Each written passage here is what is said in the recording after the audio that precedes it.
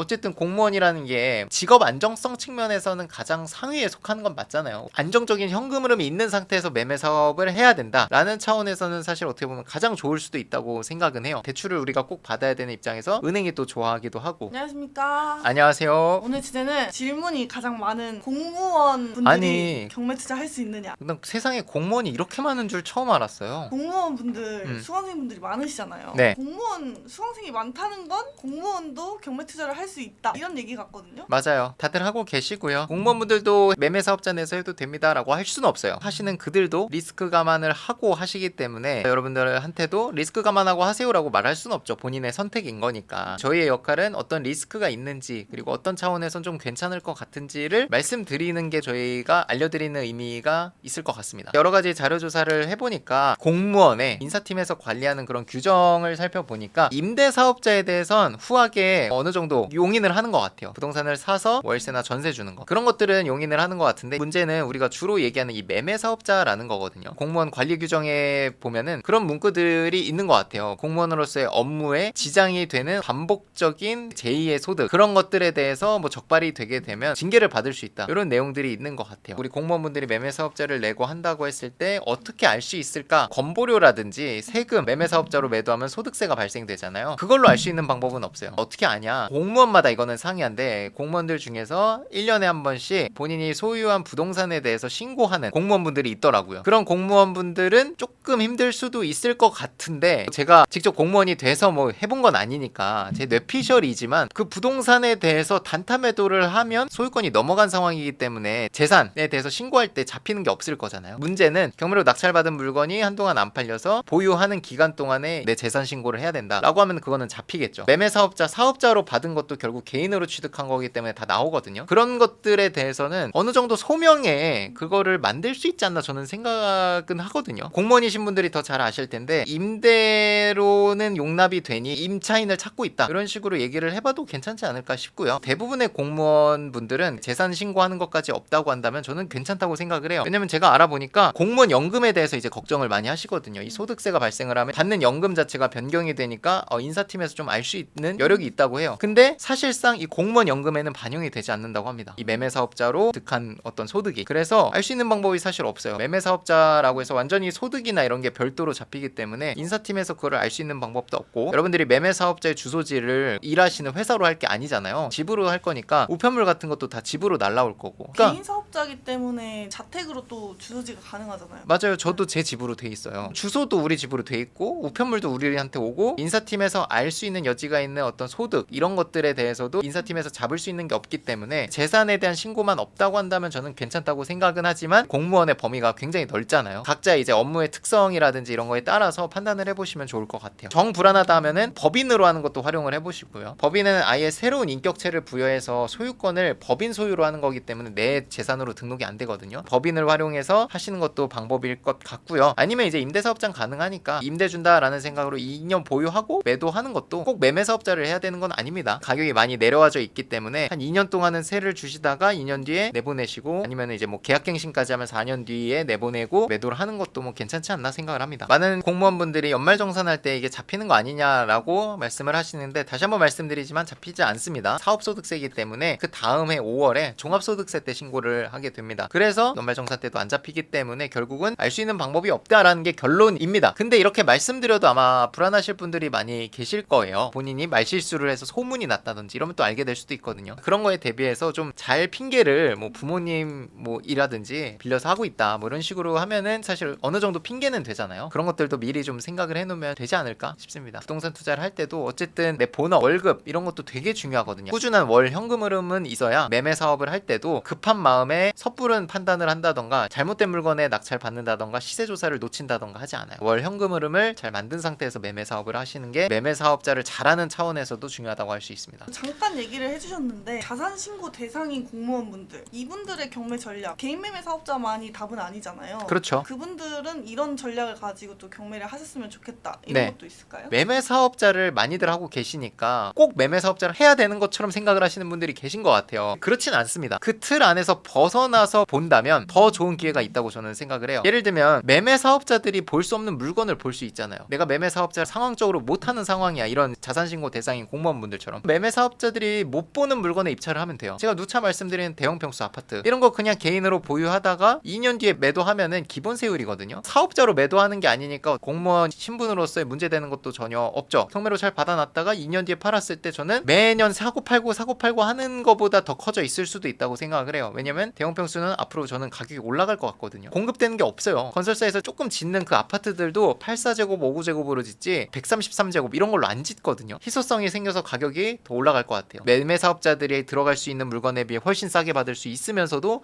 가격적으로도 더 많이 올라갈 것 같아요. 그래서 이런 대형 평수를 개인으로 취득해서 2년 뒤에 파는 포지션, 아니면은 저처럼 임대사업자를 뭐 낼 필요까지는 없지만 임대사업을 하는 거죠. 월세를 주고 가격이 좀 적정하게 올랐을 때는 또 매도하고 이런 거를 할 수도 있습니다. 공무원분들이 사실 경매 투자하기 좋은 상황이신 분들이 많더라고요. 4대 보험도 있고 맞아요. 또 시간도 쪼개서 쓸 수 있고. 사실 은행에서는 공무원분들을 되게 좋아해서 대출 잘해줘요. 대출은 잘해주는데 재산이라든지 이런 거에 대해서 감시를 하다 보니까 공무원분들이 진짜 걱정이 많기는 한데, 말씀드린 대로 할 수 있는 것들이 없진 않거든요. 감시가 심해서 매매사업자를 못 낸다. 오히려 나 같으면 마음이 편할 것 같아. 어차피 매매사업자 못하니까 보유할 수 있는 거, 매매사업자들이 못 들어오는 거 입찰하면 되고. 어쨌든 공무원이라는 게 직업 안정성 측면에서는 가장 상위에 속하는 건 맞잖아요. 월급이 좀 적을 뿐이지. 안정적인 현금 흐름이 있는 상태에서 매매사업을 해야 된다라는 차원에서는 사실 어떻게 보면 가장 좋을 수도 있다고 생각은 해요. 대출을 우리가 꼭 받아야 되는 입장에서 은행이 또 좋아하기도 하고. 가끔 그런 분들이 있어서 그래요. 공무원이신데 사업자 내는 거에 대한 제약이 있다 보니까 이거를 그만두고 전업으로 경매 투자를 하겠다라고 말씀 주시는 분들이 있는데, 저는 절대 그러지 말라고 말씀을 드립니다. 나오고 나면 후회를 해요. 나오고 나면 크지 않게 느껴졌던 다달이 나오는 돈이 얼마나 컸는지 느끼게 되고, 매매 사업자라는 건 정말 불규칙해요. 낙찰을 언제 받을지도 모르지만 받더라도 언제 팔릴지도 사실 확정적인 건 없는 거거든요. 조급함이 항상 문제인데, 조급함이 안 생기려면 반드시 이 매매 사업자 말고도 뭔가 하는 게 있어야 됩니다. 저도 사실 매매 사업자로서 경매 투자를 하고 있지만 월 현금 흐름이라고 하면 또 회사를 운영하는 게 있잖아요. 그래서 사실 이게 잘못되더라도 들어오는 돈들이 있으니까 훨씬 더 안정감을 갖고 투자를 할 수 있는 것 같아요. 좋습니다. 그래서 꼭 우리 기수마다 한 3-4분 정도는 공무원분들 맞아요. 계신 것 같더라고요. 은퇴 앞두고 계신 분들도 되게 많고. 네. 그래서 저희 정규 강의도 한번 소개해 주시면 좋을 것 같습니다. 어쨌든 리치스쿨이라는 게 학원업으로 돼 있고 교육을 하는 기관이지만, 특강 때도 말씀드렸던 게 뭐냐면 교육으로서의 목적은 20%밖에 안 되는 것 같아요. 그리고 그 교육의 비중은 점점점 낮아질 거라고 생각을 합니다. 사람들이 경매로 낙찰받고 매도하는 데까지 있어서 중요한 건 교육이 아니라 얼마나 뒤에서 봐주느냐, 경매 투자를 하면서 얼마나 안정감을 느끼게 해주느냐, 이건데 그게 교육만으로는 안 돼요. 절대 안 됩니다. 그게 됐으면 그분들은 책만 읽어도 경매 투자를 했을 거예요. 책만 읽고 투자가 안 되니까 학원에 오신 거거든요. 강의를 통해서 알려준다고 한들 별로 실행으로 이어지지 않아요. 그래서 우리가 하는 역할은 뭐냐, 걱정거리를 없애주는 겁니다. 어떻게? 자, 여기 화면에서 보이시는 것처럼 물건 검색부터 권리 분석, 손품 조사, 현장 조사, 대출, 입찰, 낙찰, 명도, 인테리어, 계약, 세무, 이 모든 과정에서 우리 리치스쿨의 인프라를 이용할 수 있게 다 연결을 해드립니다. 물론 혼자 하실 수 있는 분은 혼자 하시면 돼요. 근데 많은 분들이 혼자 못하기 때문에 찾아온 거거든요. 그래서 저희가 이 환경을 5년 동안 쎄 빠지게 저도 투자를 하고 우리 교육생들이 성과를 만들고 좋은 인연이 닿으면 연결을 해줌으로써 우리 교육을 들으러 오신 분들이 더 마음 편하게 본인이 해야 될 조사만 하고 입찰할 수 있게 만들어 드린 거거든요. 그러니까 성과들이 한 2배, 3배씩 늘어났어요. 낙찰 사례가 3년 전만 해도 한 4건, 5건 한 달에 지금 막 20건, 25건씩 나오거든요. 그게 제가 갑자기 교육을 잘하게 돼서 잘 알려드려서가 아니라 이런 환경이 구축이 됐기 때문이에요. 내가 잘못되더라도 안전장치들이 있으니까. 우리 학원에는 물건 검색, 권리 분석, 손품 조사는 제가 다 봐드리고요. 이메일로 제가 다 봐드리고 현장 조사까지도 하신 걸 보내주시면 제가 피드백을 드립니다. 그 다음부터가 중요한데, 대출 부분에서도 걱정이 많은데 우리 대출 실장님, 전국의 여러 은행들을 끼고 계신 우리 대출 실장님을 연결을 해드리고 수업 때 상담까지 해드립니다. 그리고 입찰할 때도 시간이 안 되시면 대행어 서비스를 쓰시면 되고, 명도도 본인이 못하겠다면 일정 수수료를 법무사님께 내고, 이 수수료도 시중 가격의 거의 반 가격에 법무사님께 명도 서비스를 맡길 수 있게 저희가 연결을 해드리고요. 당연히 저한테도 피드백 받을 수 있고, 본인이 직접 하는 데 있어서 뭔가 조언이 필요하다 이런 건 당연히 무료로 저희가 다 상담을 해드리고 있습니다. 허그 포기 물건이나 이사 나간 게 확실한 물건들은 저희가 개문도 낙찰받고 바로 할 수 있도록 저희가 연결 서비스를 제공하고 있어요. 다만 이거는 다시 한번 강조하지만 공실인 게 무조건 확인이 돼야 돼요. 그래야지 열어드리고 있고, 허그 포기 물건은 공실인 집이 되게 많습니다. 물론 불법 점유자가 있는 집도 있지만요. 그럴 때는 개문을 강제로 하면 안 된다고 저희가 말씀을 드리고, 열쇠공 사장님도 안 열어주실 거예요. 그리고 인테리어도 저희 2개의 제휴업체가 있고요. 무료 방문 견적 서비스를 제공합니다. 세금에 관련돼서도 저희 단톡방에 들어오시면 우리 세무사님 계시고 상담 받을 수 있게 제가 말씀을 드려놨고요. 매매할 때 좋은 빌라를 시중에 내놓는 것도 중요한데, 팔아주는 사람, 영업사원을 잘 붙이는 것도 중요한 것 같아요. 흔히 이제 영업사원이라고 제가 칭을 수행하는 빌라를 팔아주시는 중개사님들의 연락망을 확보하고 있습니다. 개인이 혼자 부동산 연락을 쭉 돌려가지고 빌라 매매 얼마에 해줄 수 있어요 이걸 물어보는 사람과 이미 검증된 빌라를 매매하시는 분들의 연락망을 갖고 있는 우리랑은 속도감이나 안정감 측면에서 다르겠죠. 저희가 수강료를 받는 건 7주의 교육에서 돈을 받는 게 아니라 사실 이 인프라를 활용할 수 있는 어떤 이용권이라고 생각을 해주면 될 것 같습니다. 다시 말씀드리지만 1기 때는 우리가 80만 원이었는데 80만 원 내신 분들은 똑같이 이 혜택을 지금 이용하고 있어요. 수백만 원짜리 혜택을. 이 인프라를 더 싸게 이용을 하겠다라고 하면은 빨리 수업을 듣는 게 이득이지 않나 생각을 하고 있습니다. 리치스쿨의 강의도 많아지고 있고. 오늘 고생 많으셨습니다. 네, 고생했습니다.